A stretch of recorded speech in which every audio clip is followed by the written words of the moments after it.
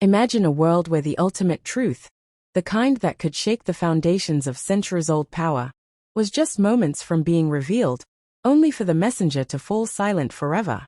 What if the head of the Catholic Church, poised to expose secrets that could topple empires, was found dead before a single word could reach the public?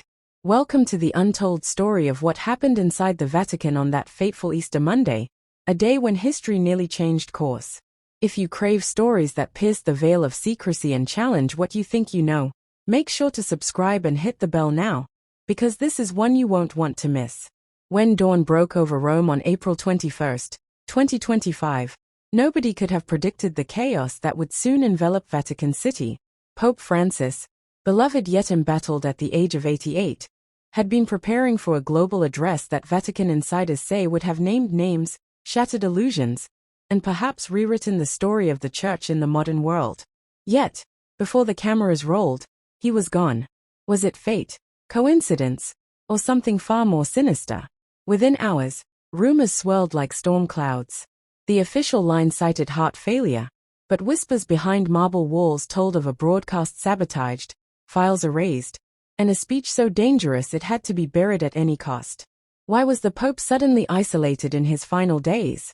Who stood to lose everything if he spoke out? And why did his most trusted aides vanish or get reassigned in the days before his death? Consider this. Just weeks earlier, Francis had reportedly summoned a clandestine gathering of journalists, discussing a dossier that traced hidden payments to survivors from Brazil to Ireland, cases never before made public. Was this meeting the spark that lit the fuse? One Italian reporter described the Pope's resolve as unshakable, yet hunted. Had Francis underestimated the forces arrayed against him? Or did he know, all along, that he was courting disaster?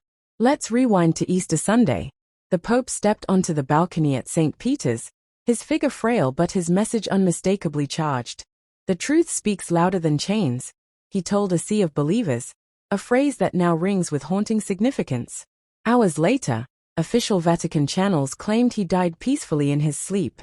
But what if that's not the whole story?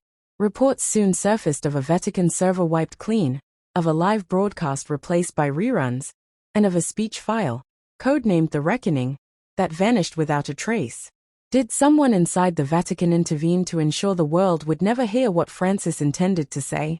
And, if so, just how far would they go to protect the institution's darkest secrets? The internal power struggle wasn't news to close observers.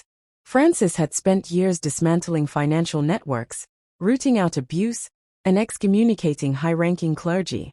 But with each victory, his circle of allies shrank, and the opposition grew bolder. The sudden transfer of his secretary, the reassignment of loyal aides, and the stonewalling from Vatican communication offices all pointed to a tightening noose. Why, just days before Easter, did the Vatican's internal camera system record a heated midnight meeting with top cardinals, one of whom reportedly shouted, "You endanger us all"? And why did a key Jesuit confidant emerge from that room pale and silent, clutching a flash drive no one has seen since? In the aftermath, the questions only multiplied. Why was there no independent autopsy? Why did Vatican IT logs show unauthorized access and mass file deletions the morning the Pope died? Why did witnesses inside the Basilica recall a line from his final vigil, edited out of official streams, hinting, "Tomorrow, I had intended to speak again. But perhaps light must shine where voices are silenced"? Was this a warning, or a final act of defiance? Protests erupted. Survivors demanded answers. And still, the Vatican's silence was absolute. But leaked documents, redacted emails, and testimony from whistleblowers abroad now suggest a coordinated effort to erase not just a speech, but a reckoning decades in the making. So, what was in that missing message? Who were the cardinals named within? And did the Pope's death mark the end, or the beginning, of a new struggle for truth? Join us as we piece together the evidence, speak to those who risked everything, and ask, did the Pope die with the truth, or is it still waiting to be revealed? Subscribe now, because this story isn't over, and you won't want to miss what comes next.